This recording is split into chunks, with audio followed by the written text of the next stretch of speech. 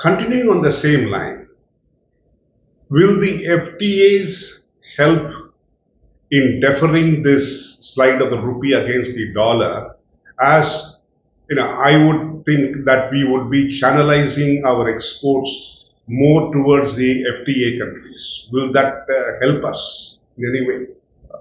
I don't think so because to a large extent what we export goes towards meeting our energy needs.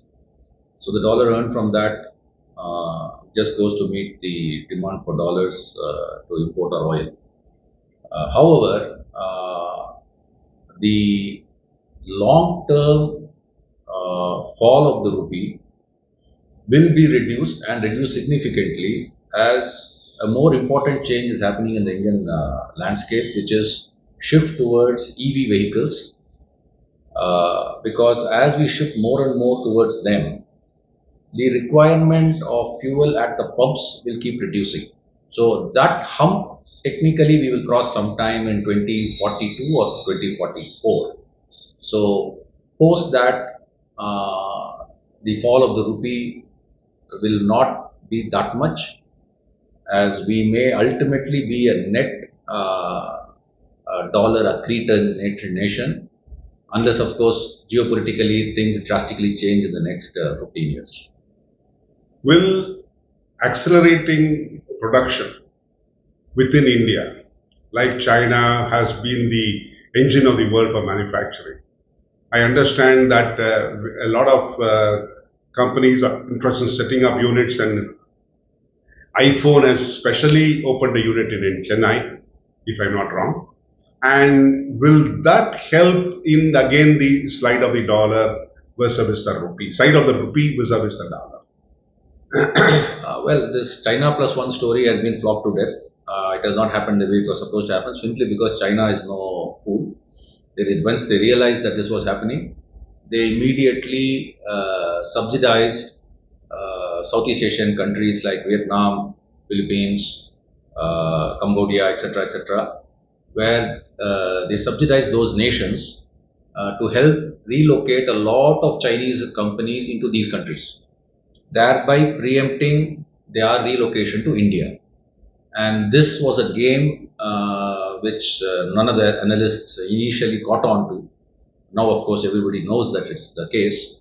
So it's a missed opportunity. But yes, if we were expecting $100 worth of business to come our way from China, well, I think we'll end up with 25 or 30, which is not bad. But will it be counterpoised by our defense production and defense exports?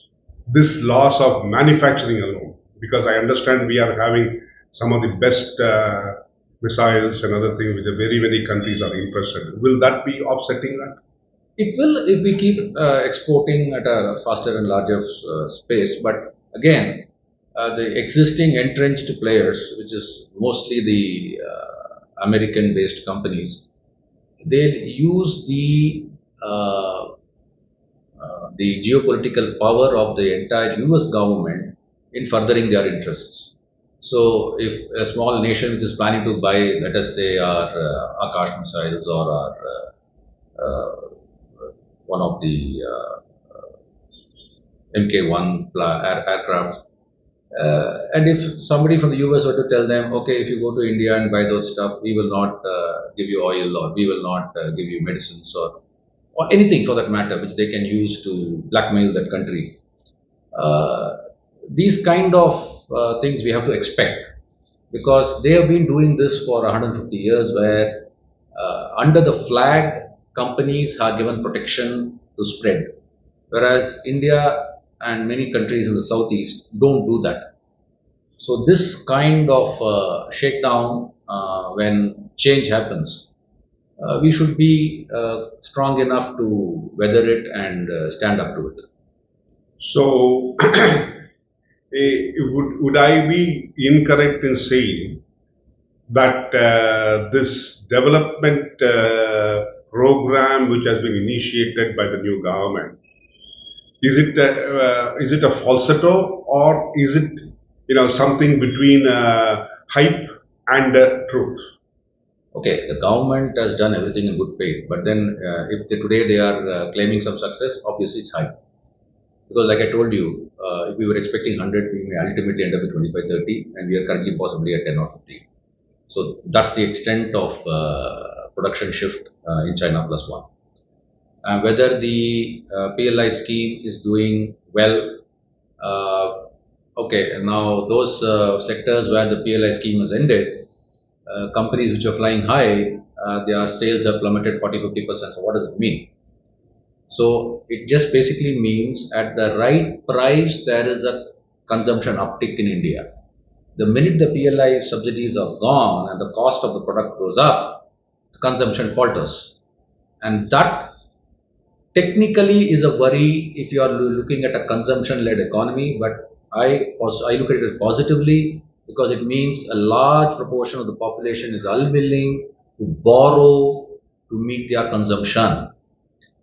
And at the flip side, because you have now been used to set of products which earlier were not available, at the same time, there is a proportion of the population which is happily borrowing and spending. And that is worrying because unlike a consumption economy like the US, our government's balance sheet is not bottomless because the dollar is a international currency, but the rupee has no value beyond the borders. Would you mean that when you look at this perspective, that as we look at the manufacturing, as I just spoke to you, then how do we, overcome these possibilities with regard to consumption? Because the government has increased the income rate, the slab, and now we are available up to 15 lakhs. We are able to, it's at a questionable point that we are not paying tax.